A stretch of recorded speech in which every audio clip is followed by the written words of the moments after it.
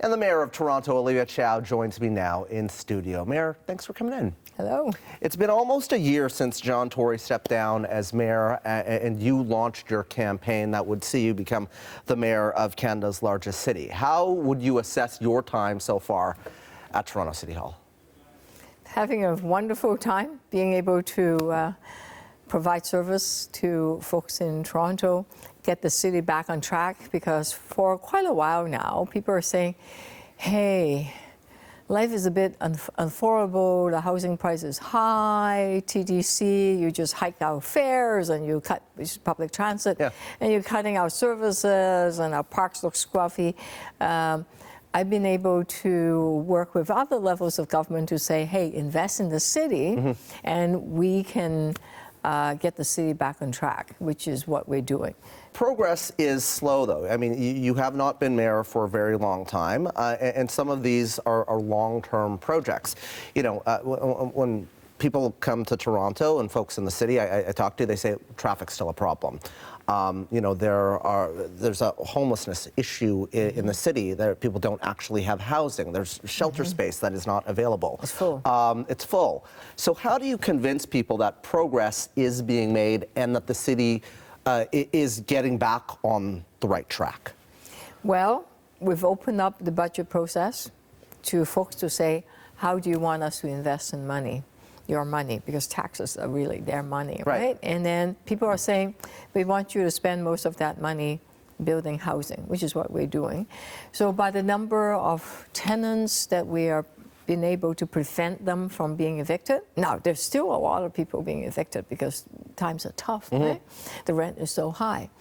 But everyone that we could help prevent being evicted, any person that we are able to find affordable housing for them, like for example, we've been housed 2,000 plus to 3,000 refugees and homeless people into permanent homes.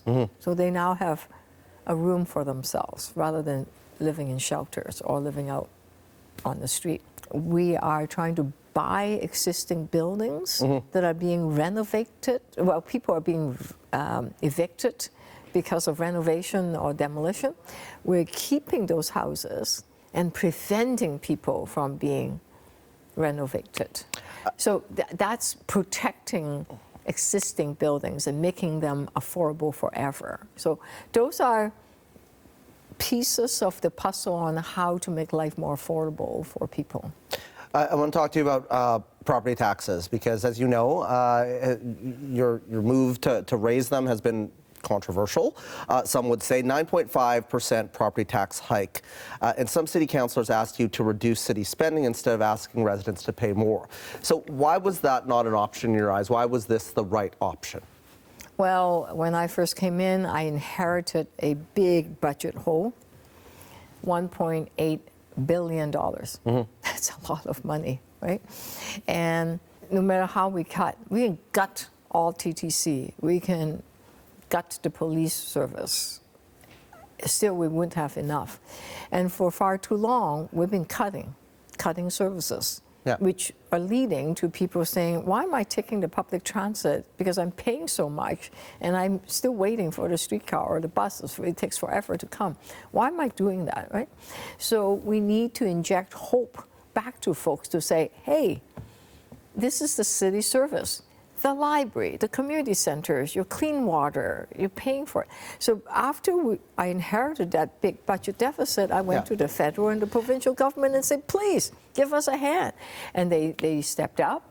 But at the end of the day, we still have to pay for the services. I want to talk about asylum seekers and you know what you've done with the federal government here to secure funding for Toronto. But first, I kind of want to jump way back and talk about your own story. You came here when you were 13 years old from Hong Kong. You grew up in St. Jamestown. How has that life experience kind of informed your values and what you hope to do as mayor of this city? Well, St. Jamestown is a high-rise, it's a cluster of big high-rise buildings right in the heart of downtown. At that time, even with my mom being a maid, Yeah. my dad, even though middle-class school superintendent, spoke English, couldn't find a job. A lot of immigrants have that trouble. Wasn't working. But with one income as a maid, she was able to afford to raise her kid and still put food on the table and pay rent. Now it's so much harder. For new immigrants to get to this country, if you can't find a job that pays enough, if it's just one job with a low-paying job, you probably won't make it.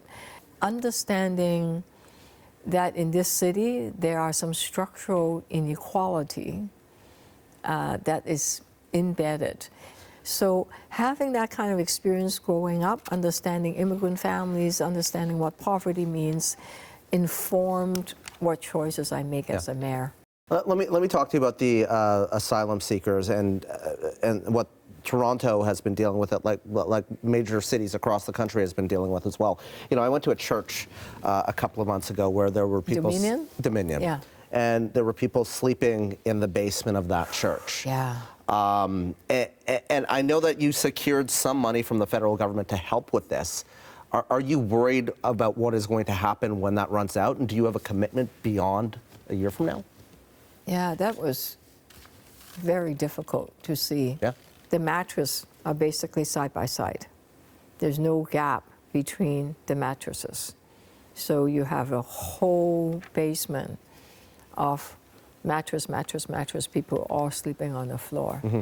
The number of refugees arriving to Toronto, arriving to Canada, have jumped dramatically. Right now, almost half of the people that are homeless are refugees. So every night, 11,000 people live in shelters. And by the way, a third of them are kids. So it's a crisis, and our shelters are full all the time. The federal government initially said, shelter, right. Municipal government. I was able to persuade them, no, share responsibility. Let's all pay our bills. And the federal government did. Yeah. Which is great. Now, that's just for last year. This year, in 2024, they put in a down payment.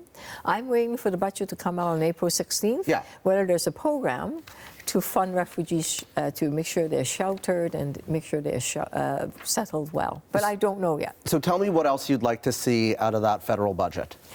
It would be fabulous if we have some transit dollars, because we need to buy new subway cars. The ones we have are really old. Mm-hmm. We would love to see an infrastructure plan that would include more buildings of the infrastructure, because our city is growing. I would love to see a lot of investment in building affordable housing. Yep. And of course, enough money to settle the refugees, because within a couple of months, once they have a work permit, they're working, they earn their living, it'll be no problem. It's just initially making sure they have shelter is very important. Let me ask you about FIFA, because the cost of hosting these games has gone up substantially. Tell me about your concerns when it comes to the cost of hosting these games. I got saddled with it because as I became the mayor, the bid is already signed. It is exciting to get the world coming to Toronto, sure. Except that all the people coming in would generate a lot of economic activities. Yeah. It'd be fabulous games, fabulous month, except the city of Toronto won't get much of that money. It all goes to the federal and provincial sales tax and all that stuff. Right. So how are you going to prevent the cost from ballooning even further? The City Council, under my direction, have set up a structure that would have councillors and senior staff keeping an eye on it. We're meeting regularly. We're trying to fundraise some of the funds to pay. Yeah. The other is we want to make sure that every penny being spent are spent wisely. And we have a structure now governing it. In the past, we didn't really have that. Now we do. Let me just ask you as a final question. I know that you're not quite a year in, but do you foresee yourself being mayor for quite some time? Are you going to run again? Because, as I said, a lot of these issues are long term. Right. Travis, I don't know.